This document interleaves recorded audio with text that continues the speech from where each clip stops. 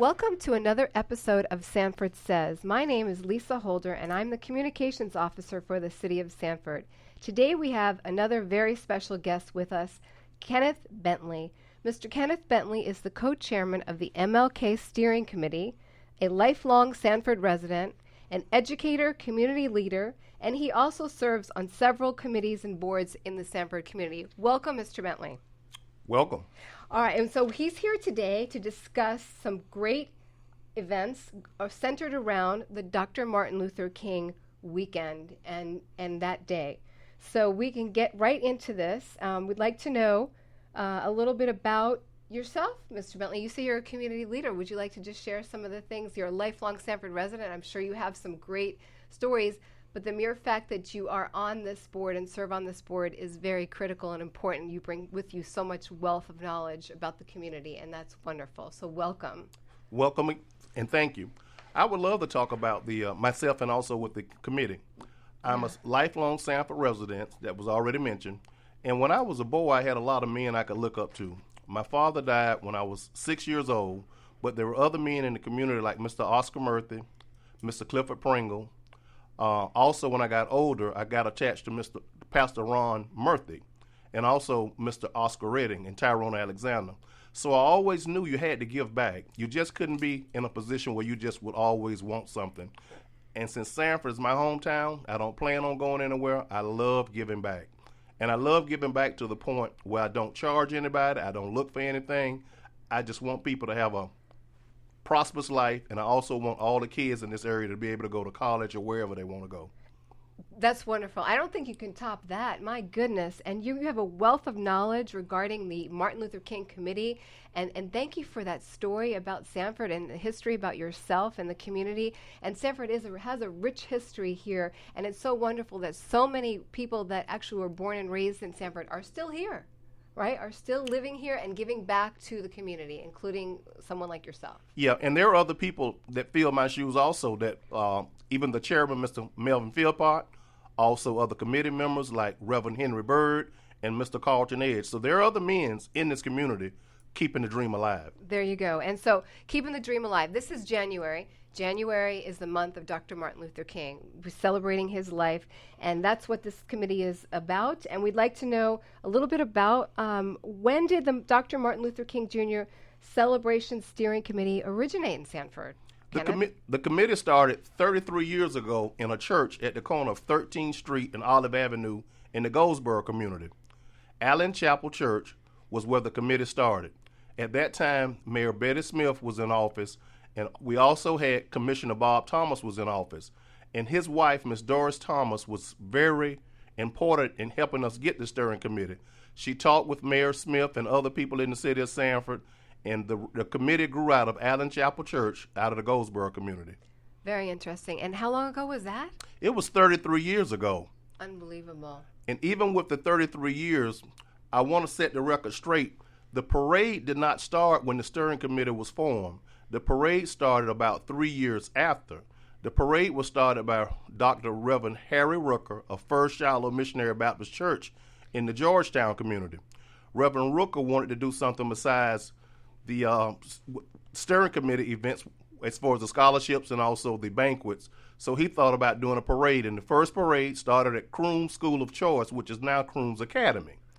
And the parade started at Crooms, and it went all the way down to the end of 13th Street by what we call now the barn. Right. Later, the parade was redirected to start back at Crooms, which is now Crooms Academy, and then to go all the way down to Fort Mellon Park. For about 6 years, we took the parade across 1792. We made a left on Laurel Avenue. We came down to First Street, and we marched all the way down to Fort Mellon Park. But as the years went by, the parade just got very expensive. And it's very expensive to block off a major highway, right, especially on a holiday. So we had to just start stopping the parade at the barn. But the original route was all the way down to Fort Mellon Park from Crooms High School. So that's interesting information. And now, like you're saying, we're talking about a parade. Here in Sanford, you celebrate Dr. Martin Luther King Jr. for a whole weekend, correct? There's events. It's not just a holiday on Monday where the City Hall closes and city closes. There's a lot of events going on that support the Dr. Martin Luther King. And like you said, you have some steering committees that are a steering committee that is responsible for fundraising. Is that correct? You're correct. That's a major aspect of this. That's the major aspect of it. And so can we, you just mentioned how this started, the Dr. Martin Luther King Jr. Committee. And just thinking about that, Kenneth, you kind of grew up with this. You're saying 30 or so years ago it started, but you have been involved ever since, and now you're a leader. Now you have become a leader, and you're filling some big shoes, right? That those gentlemen that came before you. So, but you've done a great job, and that's why you're here on the podcast, and we thank you very much in the committee. So let's get into more of the aspects of it, the events and the fundraisers that the committee does provide for. Would love to. Here. Sanford does it like no other city, basically in the country. Sanford does 4 days of events. Most people do a parade that Monday or either that Saturday, and a lot of people do a banquet or a breakfast. But what we do, we start on that Friday night with the oratorical contest. This year it's going to be housed at Seminole State, and with the oratorical contest, it's open to all high school seniors in the city of Sanford, and we also have a poster competition for all the elementary schools in Sanford. That's Friday night. Saturday, we go to the Sanford Civic Center, and we do a banquet. Sunday, we have an interfaith religious service, and this year it's going to be at House of Refuge, which is located on Celery Avenue in Mellonville in the Georgetown community. And then that Monday, we'll start at 10 o'clock at Croons with the parade. Once the parade concludes, we'll go downtown, Fort Mellon Park, and we'll do a festival in the park. The festival in the park will last from about 12 to 5 p.m. So we do it differently than any other city in the nation. 4 full days of celebrating Dr. King and 4 full days of everybody in this area being happy. Way to go, Sanford. And also it's educating people about the legacy of Dr. Martin Luther King, too. So we do it right. 4 days in Sanford, unlike any other city here, as Mr. Bentley had said. So when you mentioned the oratorical contest and poster contest, how is that being promoted? How can people find out about that if they would like to get their students involved? What we do, we have two methods of social media. We have Facebook, and we also have a city website, mlksanford.org. And what we also do, we contact all the high school counselors in Seminole County. So all the counselors at the high schools inform all the kids about the oratorical contest yearly. Okay. And when we get to Seminole State that night, we're going to have 4 winners. Okay. The first place winner will be the Dr. Martin Luther King winner. The second place winner will be the Betty Smith winner. And remember, I mentioned earlier that Betty Smith was the mayor, and the steering committee started on her watch. And the third place winner is Miss Doris Thompson, in honor of her. She was day one trying to get this committee going also. And then Seminole State is going to do a scholarship on their own. So we'll have 4 kids getting scholarships that night. Okay, and the scholarships are for what use? They go college scholarships? College scholarships. Okay, well, I applaud you. I mean, this is a wonderful, wonderful concept that you all have created, and that. How big is your committee? It's a volunteer committee, correct? It's volunteer, and the committee is 26, and you couldn't ask for a better group of people. Everybody works together. We might not agree on everything, but once we leave the room, we agree together as a unit. Super group of people, wouldn't trade anybody in. I think sometime they might trade me in, but I wouldn't trade any of them in. But we have 26 loyal people, and a couple of people have been in with the inception besides myself. So we're real dedicated to this MLK event. And a lot of people, when we first started, MLK wasn't a holiday on their job, but they would take off so they could be a part of this committee. They would just take the day off without pay because they wanted to make sure that this committee was able to put on these events. Right.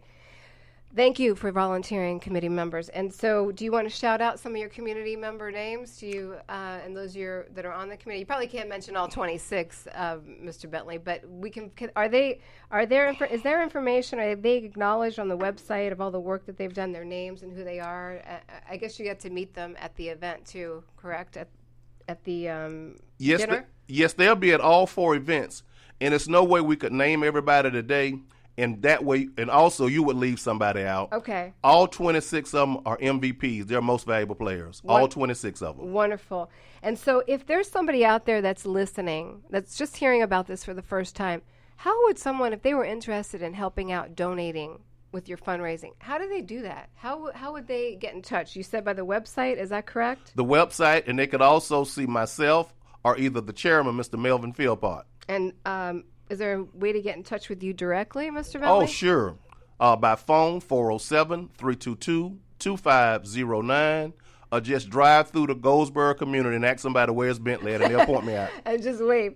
Right. And so the Facebook page, again, is Sanford MLK Jr. Yes, it is. And that, JR, and that is the Facebook page, and all of their event information is on there. So, again, is there other sponsorship opportunities out there? Are there? Always. We do more than just the MLK parade, rally in the park, oratorical contest, interfaith service, and the banquet. In May, we do a masquerade ball at the Sanford Civic Center. So we would love to have sponsors for the masquerade ball. It's a fun time. And, of course, all the proceeds go toward the scholarship programs. And in September, we have a prayer breakfast. And once again, all the proceeds from the prayer breakfast in September, they go toward the scholarship fund and keeping this committee afloat. Okay, so that's some wonderful, wonderful information. Is there anything else that you'd like to add? Again, this is Mr. Kenneth Bentley. He is a community leader and on the steering committee for the Martin Luther King Jr. events that are happening, and a lifelong resident in Sanford. Is there any words that you'd like to say to those listening about what's coming up on January? It's January 20th is the holiday, but it starts on Friday. The 17th. The 17th, okay. Is there anything else that you want to say to encourage people to come out and help, get involved, or just become aware of what you're doing? I would encourage everybody to come out. It's a lot of work that goes into putting these events together, and the committee is tireless. We meet once a week all the way until the events are finished. Nobody gets paid. So what we want you to do, we want you to do your part. We want you to come to the oratorical contest. We want you to come to the banquet. We want you to come to the parade, the interfaith service, and also the festival in the park. We've done our part. Now we want you to do your part. We want you to attend. And we want you to line up historical Goldsboro Boulevard for that parade on the 20th. Regardless of the weather, we want to see you out. There you go. Couldn't have said it better. And so it's the Martin Luther King weekend of events with the Dr. Martin Luther King Jr. Celebration Steering Committee. Thank you again for being on the show. Are there any tables left for the banquet? Do we know? The banquet is sold out, but there are still tables left if anybody wants to be a vendor at the park. And there are also spaces left for the MLK parade. Okay, and so again, please go to the website, mlksanford.org. There's a contact us button that forwards an email automatically to anyone that could answer your questions. So thank you for being on the show, Mr. Bentley. It's an honor to have you here, Sanford lifelong resident and community leader. And thank you to the MLK Steering Committee for all that you do for the city of Sanford, our residents, and for the public. This is Lisa Holder, Communications Officer for the City of Sanford. You can find this podcast on any of the sites that you subscribe to podcasts. And thank you again for listening. sanfordfl.gov/podcast. Have a great day. Thank you for listening.